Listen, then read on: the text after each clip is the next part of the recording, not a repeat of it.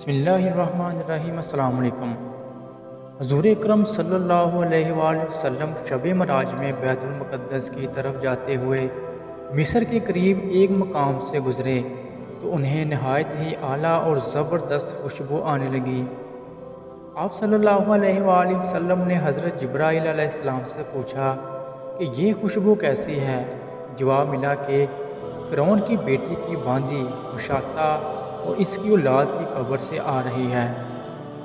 پھر حضرت جبرائیل علیہ السلام نے اس کا قصہ بیان کیا کہ مشاطہ فرعون کی بیٹی کی خادمہ تھی اور وہ خفیہ طور پر اسلام لا چکی تھی۔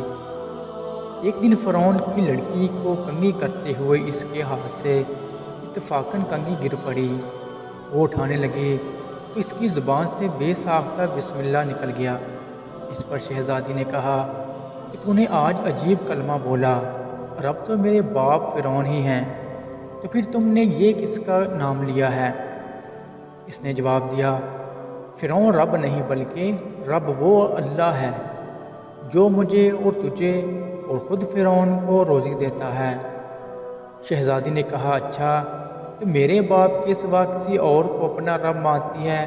اس نے جواب دیا، ہاں ہاں، میرا، تیرا اور تیرے باپ سب کا رب اللہ تعالیٰ ہی ہے۔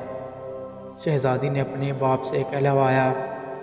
وہ سخت غضبناک ہوا اور اسی وقت اسے برسر دربار بلوا بھیجا اور کہا، کیا تو میرے سوا کسی اور کو اپنا رب مانتی ہے؟ اس نے کہا کہ میرا اور تیرا رب اللہ تعالیٰ ہی ہے جو بلندیوں اور بزرگی والا ہے۔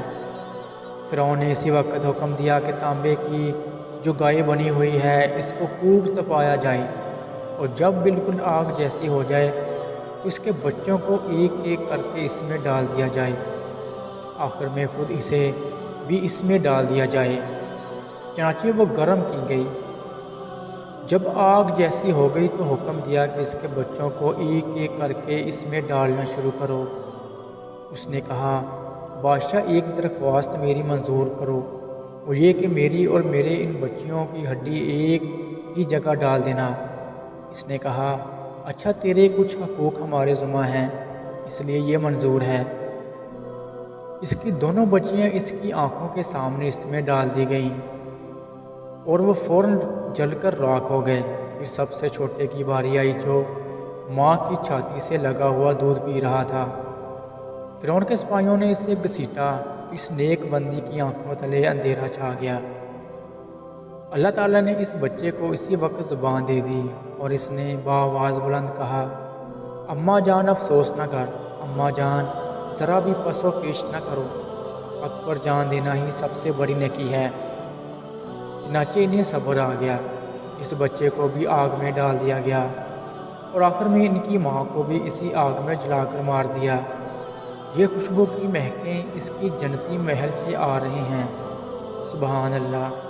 اللہ حافظ۔